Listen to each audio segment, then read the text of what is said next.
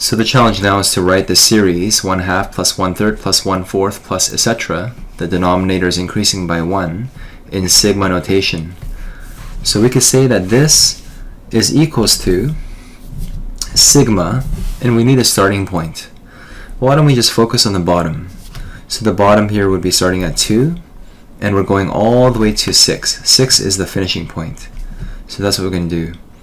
Notice the shape of each term. It's a fraction. So we're going to draw a line here, and we're going to use the variable r. So r is the unknown variable that we're going to substitute 2 into the bottom, and you can see that's the starting point. But notice how the number above it is always going to be a 1. So we're going to leave the 1 on top. So what this means is, this is sigma notation. It means this is the machine that produces the result up here.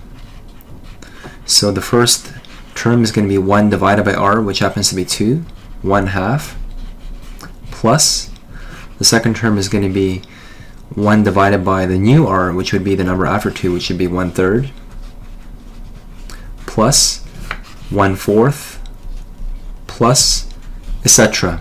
It's going to generate this series over here.